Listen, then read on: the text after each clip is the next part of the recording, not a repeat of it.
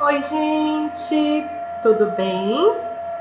Na nossa aula de hoje, nós vamos dar continuidade ao que discutimos na semana passada.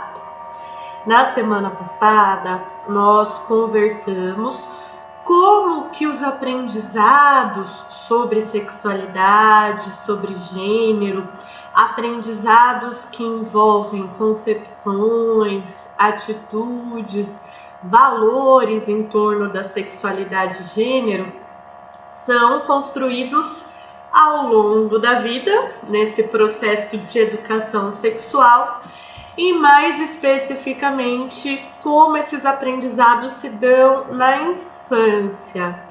Nós vimos que as crianças, neste processo de conhecer sobre o mundo, de se interessar e ter curiosidade, desejo de saber sobre as coisas ao redor delas, elas também se interessam pelo próprio corpo, pelo corpo de outras pessoas, pelas diferenças entre as pessoas, entre os corpos, as sensações, também os relacionamentos, como que as pessoas adultas se relacionam, namoram, beijam, dormem juntas no mesmo quarto, e também perguntas relacionadas ao nascimento, à gravidez, como é que as mulheres ficam grávidas, como é que a gravidez acontece, como que o nascimento acontece. Ou seja, são várias as perguntas que surgem para as crianças sobre várias questões relacionadas à sexualidade. E a sexualidade, ela é parte integrante e uma parte muito importante da experiência humana. O que acontece é que ao longo da nossa educação, ao longo dos nossos aprendizados sobre sexualidade, muitas vezes foram tão fortes os silenciamentos, os controles, as censuras, que é um assunto que nós, pessoas adultas, temos dificuldade de conversar. Quando a gente ouve uma pergunta sobre sexualidade, pode ser que a gente sinta embaraço, constrangimento e acabe reagindo, tentando fugir dessa pergunta, se esquivando, ou mesmo repreendendo, falando não pode perguntar coisas assim, como que alguém da sua idade está perguntando coisas assim, que feio. E quando acontece essa repreensão, quando a gente lida com as perguntas, as curiosidades infantis, com esse tom de reprovação ou mesmo de punição, o que acontece é que a gente está atribuindo ao olhar infantil para o mundo uma malícia adulta e reproduzindo esses aprendizados repressivos que nós tivemos ao longo da educação, que associa conhecer sobre o corpo, conhecer sobre as sensações do corpo, as diferenças sobre a sexualidade, a culpa, a vergonha, a censura, aos tabus. Já para a criança, esse aprendizado não se dá da mesma forma que nós, com o olhar adulto, construímos ao longo da vida. A criança tem curiosidade, da mesma forma que ela tem curiosidade dos passarinhos voando, das cores do arco-íris, ela tem curiosidade sobre as profissões, tem curiosidade de como é que cozinha, faz uma comida, como é que dirige uma moto, como é que dirige um carro. Tô aqui dando alguns exemplos, os bichinhos, os animaizinhos, os lugares, os números, as cores. A criança, ela tem curiosidade com o que faz parte do mundo e ela quer aprender sobre o mundo, ela quer reunir o que ela está descobrindo e descobrir mais e conhecer mais.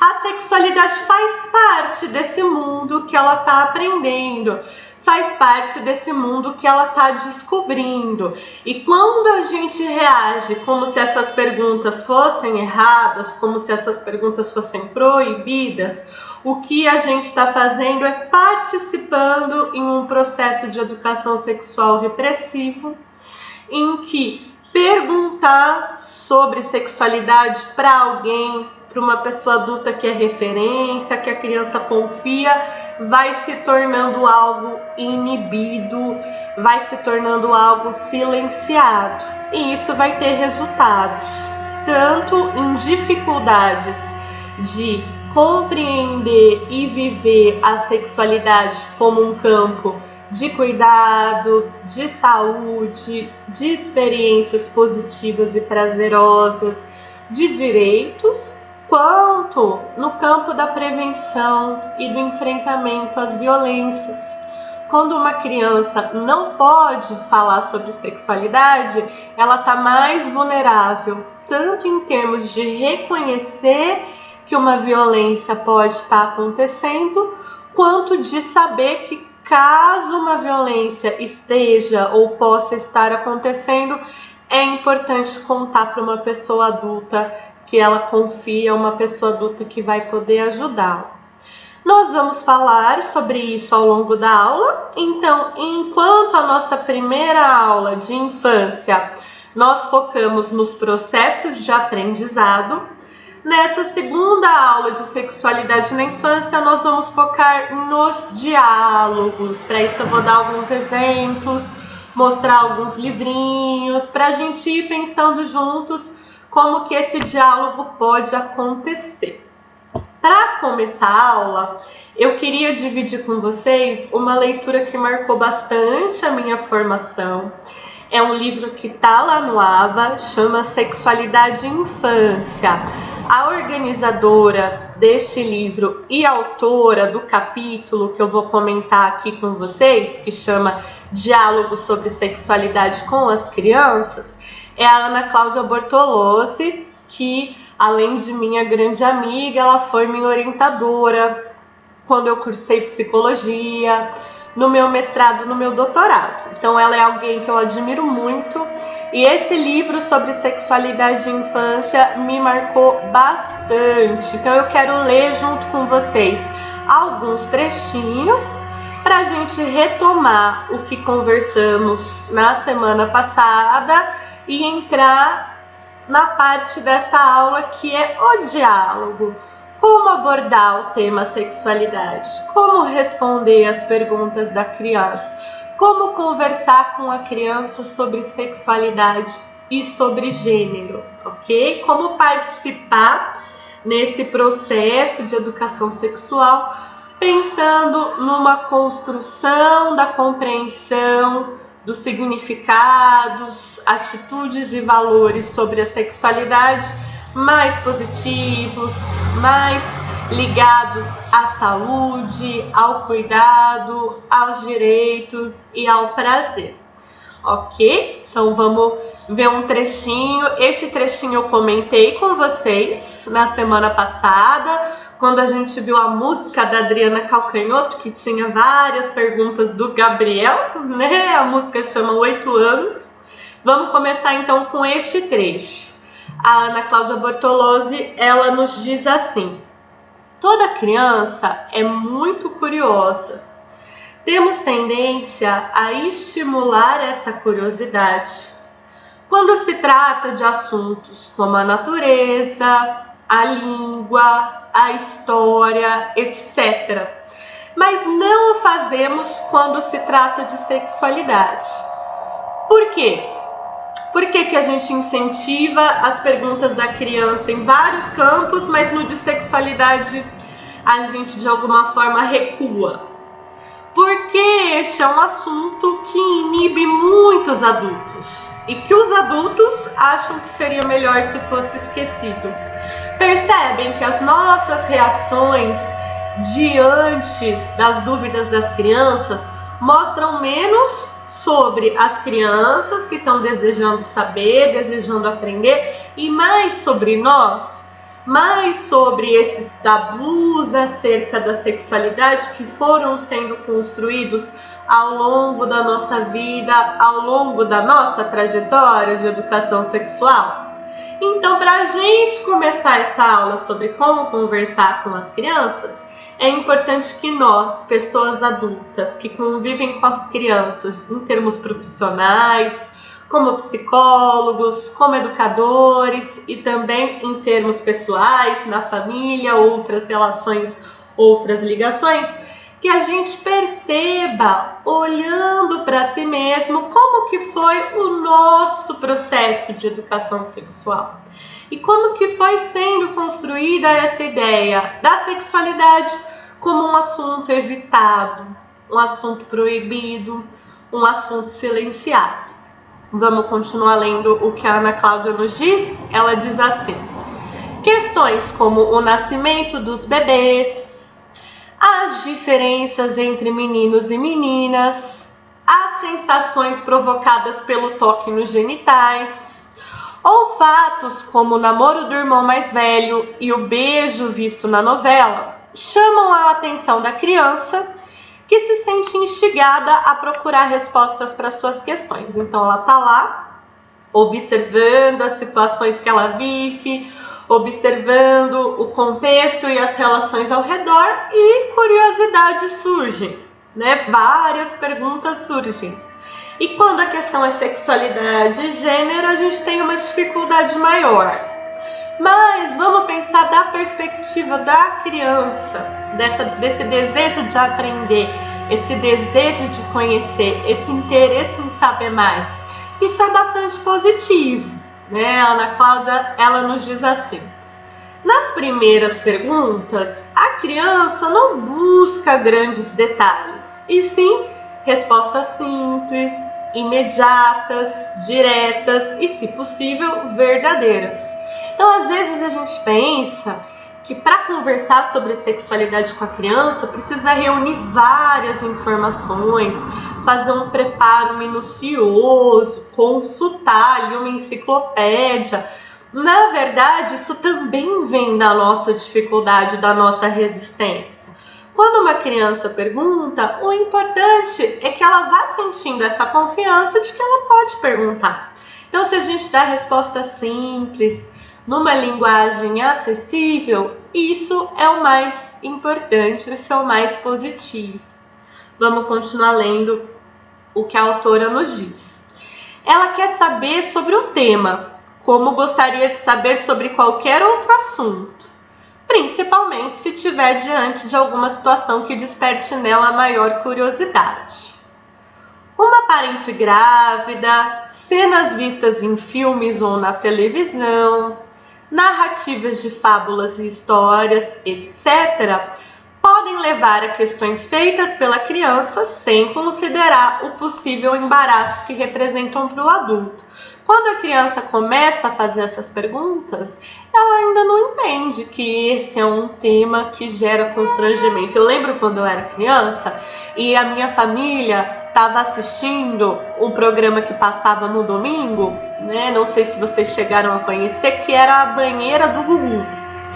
E a banheira do Gugu, ficavam pessoas famosas lá, tendo que pegar de biquíni, de sunga, tendo que entrar numa banheira e pegar sabonete. E para tentar pegar o sabonete, elas acabavam se agarrando, se puxando. Era um contato corporal ali, a ideia da brincadeira do programa. E eu não entendia porque vários dos comentários que eram feitos,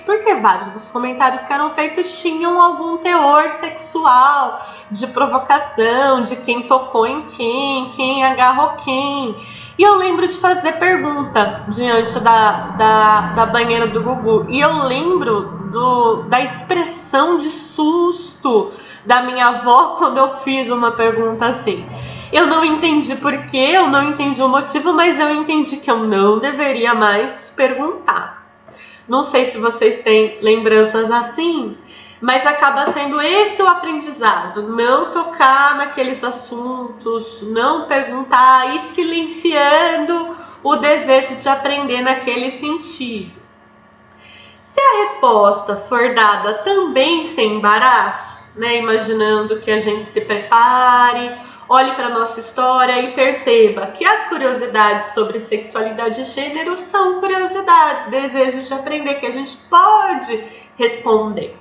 Voltando aqui no trecho. Se a resposta for dada também sem embaraço, a curiosidade é saciada e ela, criança, pode se ocupar de outros assuntos. Mas se a criança percebe que o tema gera silêncio, respostas evasivas ou mentirosas, ou que a partir da sua pergunta se cria uma história fantástica para explicar uma pergunta simples, além de não respondê-la, a criança terá a impressão verdadeira de que é um assunto proibido.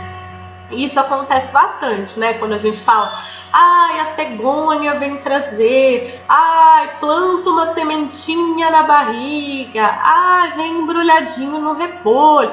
A criança, no começo, ela pode até, né, falar, ah, cegonha, mas aos poucos ela vai vendo que essa explicação não se sustenta, né? Que o que ela vai percebendo, imagina uma criança que a mãe tá grávida, que vai ter um irmãozinho, irmãzinha, ou que alguém da família tá grávida, que a professora tá grávida, ela vai percebendo que não é bem como disseram para ela. Apesar de não entender, né, o que seria a resposta, o que ela vai percebendo é que enganam, que inventam histórias, que mentem para ela. E isso é um aprendizado que vai persistindo. Entre as perguntas mais comuns, encontram-se aquelas sobre o nascimento e a origem da vida, né? A criança quer saber como foi que a vida começou, como que a vida dela existe e a vida de outras pessoas, né? O mistério que cerca o assunto, produzido em diferentes contextos, expõe a criança a muitas dúvidas. Em primeiro lugar, ela deseja saber a sua origem, a partir de uma pergunta essencial: de onde eu vim? Depois, quer saber sobre o nascimento e o parto. Como que eu saí da barriga? E, finalmente, sobre a concepção e a relação sexual. Como eu entrei na barriga? É interessante notar que, em primeiro lugar, a criança vai querer saber como é que sai o bebê da barriga da mãe. Só depois ela pergunta como entrou. Além disso, essas perguntas não vêm de uma vez só. As crianças fazem uma questão num dia, outra em outro dia, e vão compreendendo as informações recebidas e elaboram novas perguntas. Daí a importância de uma resposta objetiva por parte do adulto, numa linguagem compreensível para a criança. Então, ao longo da nossa aula de hoje, nós vamos pensar sobre formas de explicar, de dar respostas objetivas numa linguagem compreensível. O nosso exercício da aula de hoje também, vocês construirão respostas assim, para a gente ir pensando como que pode ser feito, como é possível, e até mesmo mais simples do que a gente imagina, né? Numa linguagem acessível, compreensível, dando respostas diretas, objetivas, esse diálogo sobre sexualidade com a criança, ok?